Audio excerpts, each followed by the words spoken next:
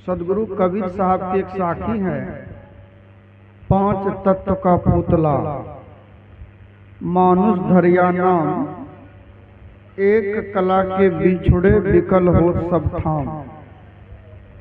सदगुरु कहते हैं कि 5 तत्व का ये जो मनुष्य का शरीर है या जो पुतला है, बच्चे को शांत करिए और जो भी भाई सब आमने सामने बातचीत कर रहे हैं, आप लोग होश में आइए। सत्संग हो रहा है, सत्संग के सामने आप लोग गप मारिएगा तो फिर मैक आप लोग ले लीजिए, हम लोग देखेंगे।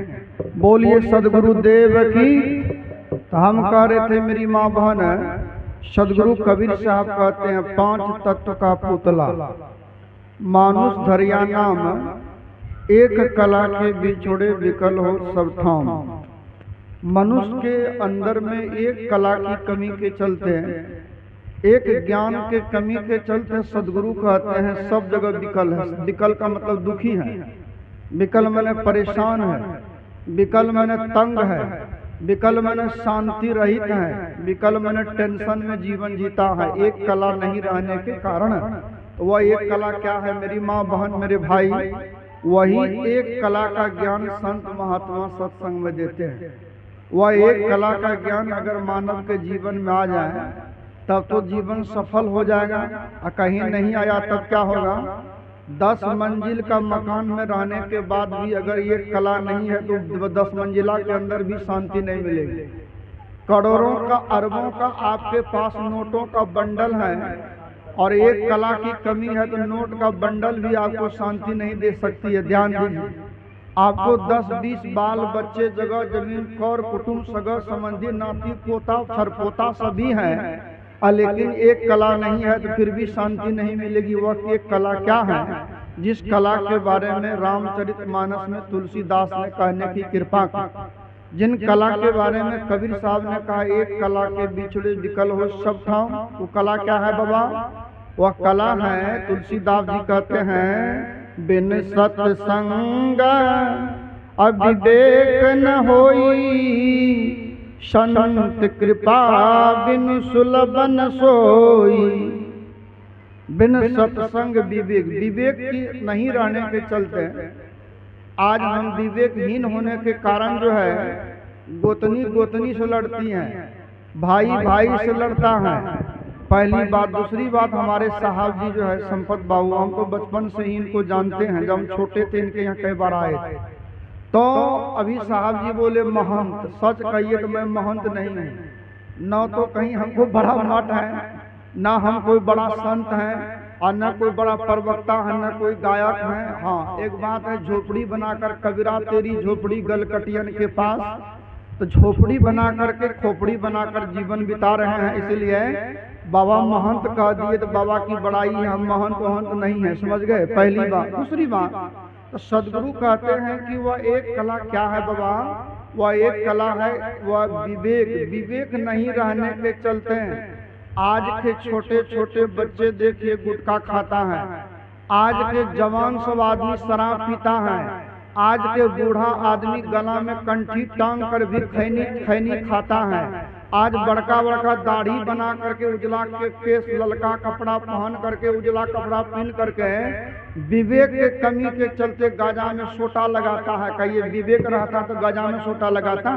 अगर विवेक होता तो छोटे छोटे बच्चे गुटखा खाते, आज विवेक होते तो जवान आदमी शराब पीता। तो सदगुरु ने कहा एक कला के बिछड़े, एक कला क्या है बाबा?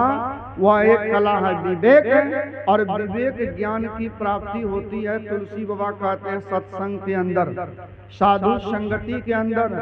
आज बच्चे का जन्मदिन पर सत्संग है, लेकिन समय ऐसा बिगड़ रहा है, समय ऐसा देखने को मिलता है, क्या अमीर घर, क्या गरीब घर, क्या पढ़ा लिखा, क्या अनपढ़, क्या मास्टर का बेटा, क्या डॉक्टर का बेटा, क्या इंजीनियर का बेटा, सभी खास करके 100 में से 95 बच्चा इतना बेतमीज हो गया धरती पर है। इस धरती को मानव समाज को नरक बना दिया है। जहाँ जाइए, जहाँ देखिए ऊंचा मकान है, कीमती गाड़ी है, वहाँ शराबी का भी संख्या अधिक है। ध्यान दीजिए, जहाँ देखिए लोगों के पास जो है बोलने का ढंग बेसी है, गाने का ढंग बेसी है, तो लड़ाई भी वहीं बेसी है। क्यों? कारण क्या है कि भीतर में विवेक का कमी है। तो वह विवेक को उत्पन्न करने का ज्ञान सत्संग मिलता है। बच्चा को शांत करिए बाबा, समझे? बच्चा को थोड़ा हल्ला करवाइए, जोर से बोलिए सदगुरुदेव की लगिए। ये तो पुराना, आपका गांव तो पुराना सत्संगी का गढ़ है। हम सोचे कि बिसंथा बहुत दिन के बाद हम जा रहे हैं, यहाँ हमको प्रवचन करने का मौका नहीं मिला। हम सोचे कम से कम 1000-2000 आदमी बैठेगा बिसंथा गांव में। ऐसा गांव का ज्ञान घाकुर गांव है, यहाँ पे बड़े बड़े संत महात्मा का विराजमान रहते हैं, यहाँ साधु महात्मा आए हैं। लेकिन यहाँ की दशा को देख करके हमको भी लगता है कि हो सके कहीं हमसे तो न भूल हो गई हो, कहीं हम मजबूत महात्मा नहीं है, इसीलिए बच्चा से हल्ला आप लोग करवा रहे हैं। चलिए उधर नहीं जाएंगे। हम कह रहे थे मेरी माता, छोटे छोटे बच्चे, आज छोटी छोटी बच्चियां ऐसी बिगड़ गई हैं, ऐसे बिगाड़ का समय आ गया है कि बच्चों को समझाने के लिए अगर माँ बाप तैयार होता है तो माँ बाप से लड़ जाता है, माँ बाप से झगड़ जाता है, माँ बाप से अड़ग जाता है। इसलिए दुर्दशा का समय है, और इस दुर्दशा की घड़ी में बच्चे को कैसे संभाला जाएगा। बच्चे का जन्मदिन पर सत्संग है, छोटे बच्चों को कैसे संस्कार दिया जाएगा, ये कथा आप लोग जानते हैं। हमसे अधिक जानकारी आप लोगों को होगी। जब सुभद्रा का पेट में जो अभिमन्यु था, ध्यान देना माँ बहन, मैं आप लोगों के लिए गर्मी में पसीना चुबा रहा हूँ। सुभद्रा का पेट में अभिमन्यु है, समझ गए? और तभी जो है सुभद्रा का कक्ष में जो है अर्जुन प्रवेश कर जाते हैं। अर्जुन के जाने के बाद सुभद्रा कहती है कि आप जानते हैं मैं गर्भवती हूँ। अब पुराने जमाने में नियम था, गर्भवती जो औरत हो जाए ना तो मर्द उनके आगे पीछे नहीं जाता था। अब तो इतना मर्द सब ढाले हो गया कि बातें खत्म कर दीजिए, और बात बोलने वाला ही नहीं है। तो अर्जुन को कहा, सुभद्रा कहती है कि महापुरुष है, हे मेरे पति देव है, आप जानते हैं कि मेरे गर्भ में संतान पल रहा है, मेरे पेट में बच्चा है, और तब मेरे कमरा में आप आए हैं, तो क्या यही आपका अर्जुनत्व है? क्या यही आपका पुरुषत्व है? क्या यही आपका वीरत्व है? तो यह सुभद्रा जब कहती है तो अर्जुन हंस के कहने लगा कि सुनो सुभद्री, हम कोई गलत नियत से तुम्हारे कमरा में नहीं आए हैं। तुम्हारे पेट में जो पल रहा बच्चा है ना, तुम्हारे पेट में जो रह रहा बच्चा है, उस बच्चे को हम वीर बनाने के लिए, उस बच्चे को धीर बनाने के लिए, उस बच्चे को गंभीर बनाने के लिए हम कुछ कहने आए हैं। और तुम अगर ध्यान से सुनोगी और सुन करके ग्रहण करोगी तो वह बच्चा जो है महापुरुष बनेगा, वीर पुरुष बनेगा। ध्यान दीजिए। वहां पर अर्जुन कहने लगे, देखो सुभद्रे, युद्ध की कला में जो है ना सबसे अधिक अच्छी कला है चक्रव्यूह युद्ध की कला। ध्यान दीजिए, चक्रव्यूह का जो है कला जो होता है वह बहुत ही जो है सटीक और बहुत जो है वह जो है युद्ध की कला में निपुण कला है, वही का चर्चा हम करेंगे। और तुम सुनना। तो वहां पर अर्जुन जो है क्या कहते हैं, चक्रव्यूह का एक फाटक भेदन करने का ज्ञान बता दिया, दूसरा फाटक भेदन का ज्ञान बता दिया, तीसरा फाटक भेदन का ज्ञान बता दिया, चौथा फाटक का भेदन करने का ज्ञान बता दिया, पांचवा फाटक का भेदन करने का ज्ञान बता दिया, छठा फाटक का भेदन करने का ज्ञान बता दिया, और सातवां फाटक की बात चल रही थी, सुभद्रा सो जाती है। ध्यान देना माँ बहन, सुभद्रा जो सो गई, सुभद्रा ने सातवां फाटक के बारे में नहीं सुन पाई। परिणाम क्या आया? सुभद्रा सो गई। अब परिणाम यह आया कि महाभारत की लड़ाई में अर्जुन मारा गया। कहने का मतलब है जब बच्चे माँ के गर्भ में होते हैं, हमारे शास्त्र में लिखा है पुराने जमाने में, जब बच्चे माँ के गर्भ में होते थे तो माँ गंदा गाली नहीं सुनती थी, माँ गंदे चीज को नहीं देखती थी, माँ गंदा चीज नहीं बोलती थी, जिनका परिणाम होता था बच्चा बनता था श्रवण कुमार, जिनका परिणाम होता था बच्चा बनता था आपका क्या कहते हैं भीष्म पितामह, जिसका जो है परिणाम होता था बच्चा जो है बनता था राम, जिसका परिणाम था बच्चा बनता था कृष्ण, जिसका परिणाम था बच्ची बनती थी सती सावित्री, जिनका परिणाम था बच्ची बनती थी अनुसुईया, जिनका परिणाम था बच्ची बनती थी मदालसा।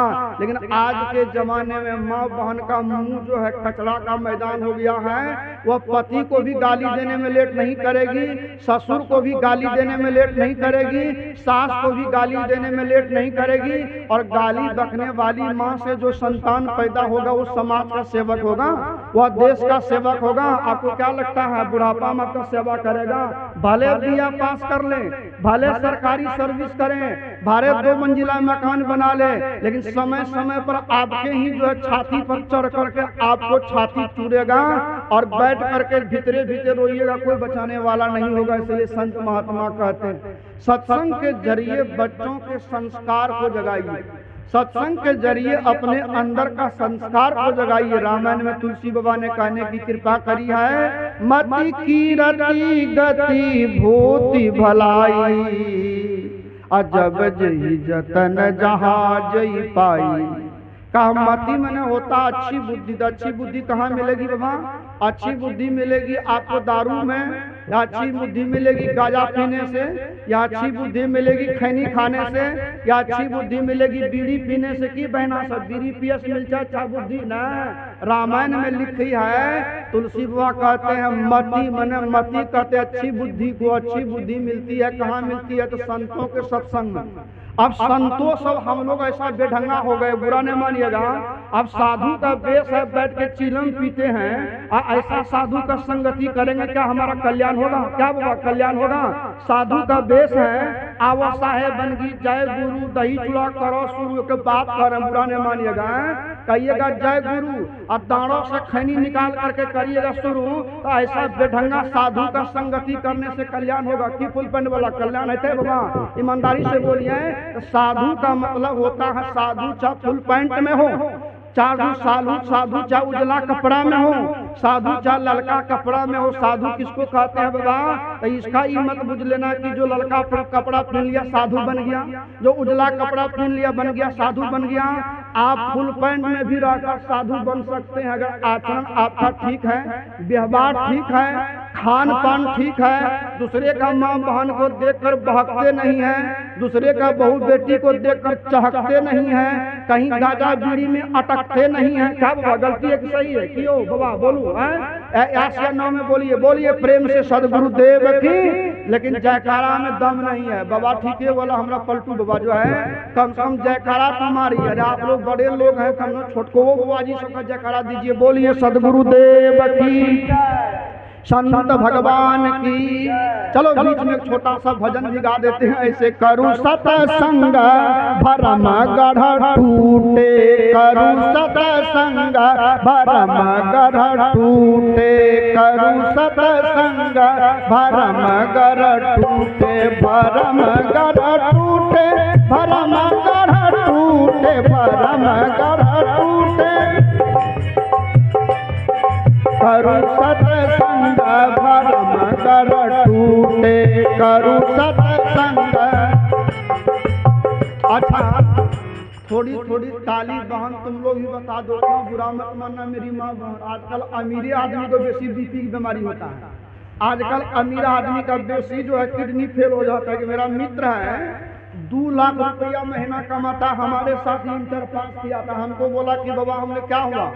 कहा हमारा दोनों किडनी फेल हो गया। हम कहलिए तुम ताली बजा के भजन गाता थे तो किडनी तो रहता है ना, इसलिए भजन में बैठे हो और ताली बजा के गाओ और गुरु का गुण गाने में लजाओ न, गंदा गाली देने में लजाओ, सांस से लड़ने में लजाओ और गोतनी का झोटकी पकड़ने में लजाओ। कि बाबा सिनेमा देखने में लाज करो और टीवी मोबाइल में गंदा सिनेमा देखने में लाज करो, लेकिन जो ताली बजाकर भजन गाने में लाज करने की जरूरत नहीं है। इसलिए बोलिए सदगुरुदेव की जय।